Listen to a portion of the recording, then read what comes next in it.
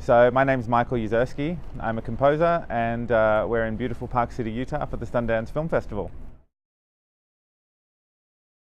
So I wrote the music for a television show called InBetween.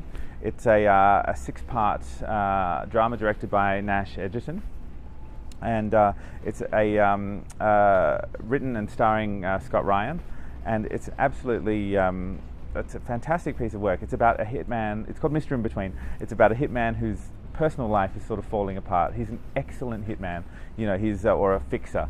He's very, very good at his craft, but his personal life's in a bit of trouble. So it's it kind of takes it's a darkly kind of comic look at his world, and the score in it is, it's quite minimal. There's a lot of sort of sound design. The film is shot. It's an interesting challenge for a composer because the series is shot in a sort of a docudrama kind of verite style. So you don't want to impose upon the scene too much. You don't want to kind of draw any attention to the fact that there's music in the show.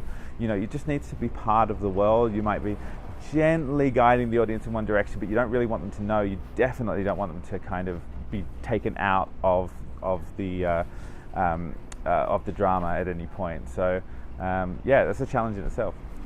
In terms of the storytelling style, of course, it's very different. I mean, you're looking at with InBetween, like I said, it's kind of like a documentary verite style where the camera is sort of hidden, and we're sort of following this guy through his, exploits, and all the crazy stuff that happens to him.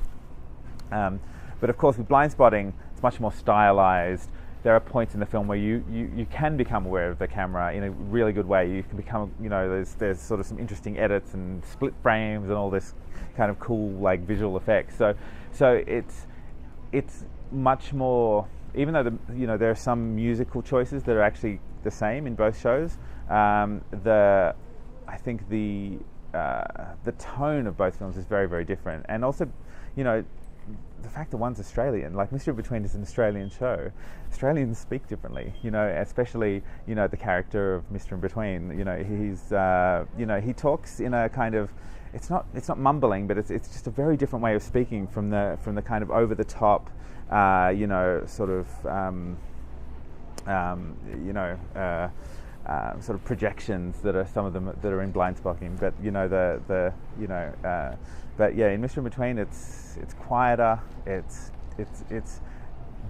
a little bit more darkly comic, but both projects are incredibly. I think are going to be really great for the audience. So.